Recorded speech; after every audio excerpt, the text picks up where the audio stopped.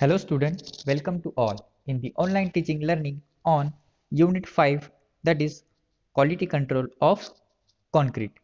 This is our fourth video lecture which is based on waterproofing, methods of waterproofing and material used for waterproofing.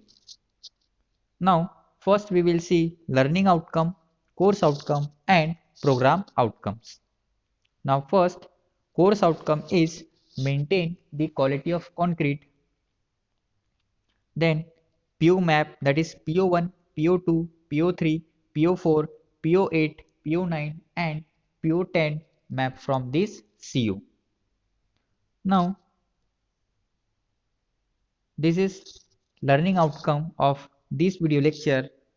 Select given method of waterproofing for given situation with justification.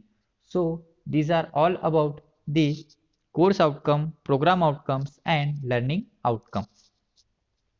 Now first we will see what is waterproofing. अब आपने waterproofing ये जो word है ये most of the time structure के repair and maintenance के time पे सुना होगा. तो अब हम फर्स्ट देखेंगे कि waterproofing क्या होता है.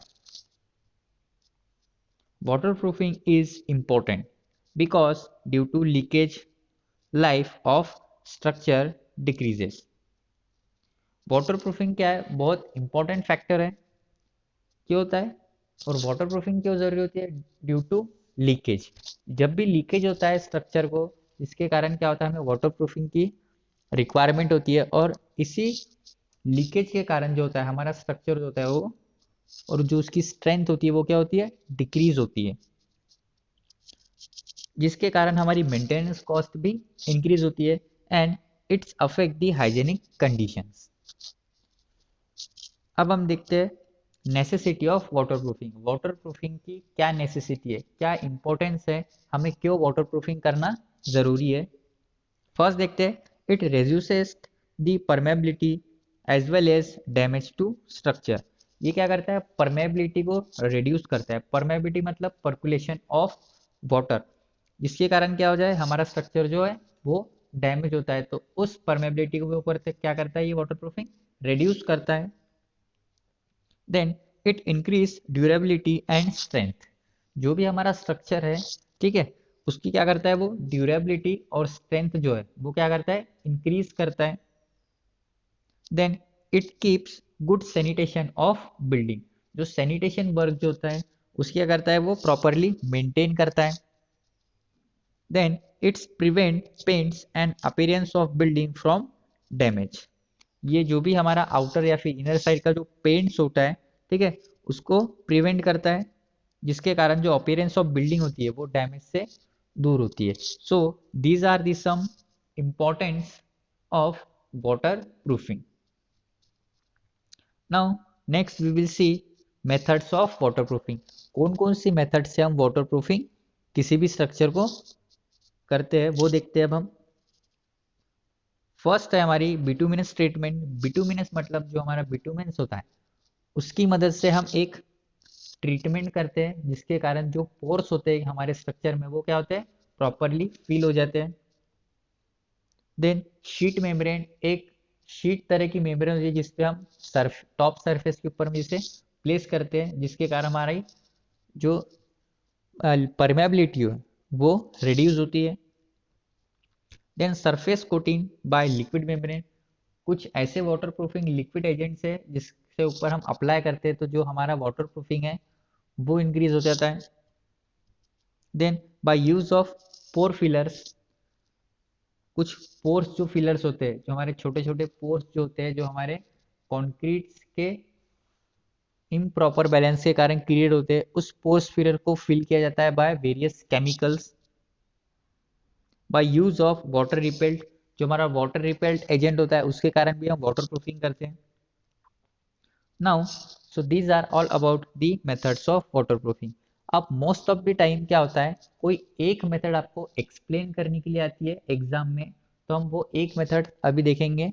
इन जो हमने जितनी भी लास्ट स्लाइड में मेथड्स देखी है उसमें से हम एक मेथड देखते हैं, use of pore filler. Water treatment is due to permeability of concrete. Water proofing क्या होता है, क्यों करना होता है, क्योंकि ये परमेबिलिटी ऑफ कंक्रीट के कारण क्रिएट होता है। Therefore, pores play an important role as they are responsible for leakage. जब भी हम किसी चीज की कंक्रीटिंग करते हैं, ठीक है, यदि उसे प्रॉपर क्यूरिंग नहीं किया, ठीक है, या फिर उसे प्रॉपरली प्लेस नहीं किया होता है, तो क्या होता है, उस कंक्रीट में छोटे छोटे पोर्स क्रिएट होते हैं, और उसी पोर्स के कारण क्या होता है, वहां से वाटर जो होता है वो लीकेज होता है, जिसके कारण हमारा जो स्ट्रक्चर होता है वो डैमेज होता है। Then these pores are filled by silicate of soda, aluminum, zinc sulfate, calcium chloride, etc. And these are active fillers. अब इस जो पोरस होते हैं, ठीक है, उस पोरस को क्या करते हैं, फील किया जाता है बाय वेरियस केमिकल्स, और जितने भी ये जो केमिकल्स हम फील करते हैं, ये कैसे होते हैं, एक्टिव फिलर्स होते हैं। Then they accelerate the setting time and make concrete impervious at early stage. अब इस एक्टिव फिलर्स का काम क्या होता है, ये जब भी कंक्रीट के साथ में मिक्स होते हैं तो ये क्या करते हैं, जो अर्ली सेटिंग टाइम होता है सीमेंट का उसे बढ़ा देते हैं, जिसके कारण क्या होता है, जो हमारा कंक्रीट होता है वो अर्ली स्टेज में सेट हो जाता है, जिसके कारण जो पोर्स फॉर्म होते हैं वो पोर्स फॉर्म वो नहीं होने देता है, जिसके कारण लीकेज ऑफ वाटर बहुत कम होता है, जिसके कारण हमारी जो स्ट्रेंथ होती है स्ट्रक्चर की वो क्या होती है, इंक्रीज हो जाती है। दे improve workability of concrete and reduction in concrete for given workability and make dense concrete। और क्या करते हैं ये active fillers, workability of concrete को भी इंक्रीज करते हैं और रिड्यूस इन वाटर, और जो हमारा वाटर क्वालिटी है, ठीक है, उसको भी वो क्या करता है, रिड्यूस करता है एंड मेक डेंस कंक्रीट, एक प्रॉपर डेंस कंक्रीट वो फॉर्म करता है, इसके कारण जो आपके पोर्स होते हैं वो क्रिएट नहीं होने देता है, और इन फ्यूचर आपके जो भी स्ट्रक्चर है उससे वो वाटर लीकेज नहीं होने देता है।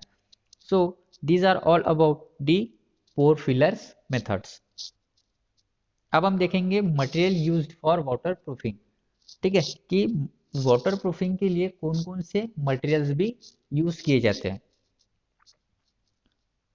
फर्स्ट देखते हैं हमारा फेल्ट पेपर होता है एक, ठीक है, जो as a water proofing material use किया जाता है। Then polythene chloride, then tar paper use किया जाता है, देन पॉलीथीन शीट होती है, देन हाई डेंसिटी पॉलीथीन होती है, then polymer based material. So these are all about the material used for waterproofing. Now summary of this video lecture। सबसे पहले क्या पढ़ा हमने, basics of waterproofing, then necessity of waterproofing पढ़ा हमने, उसके बाद methods and material used for waterproofing. Thank you.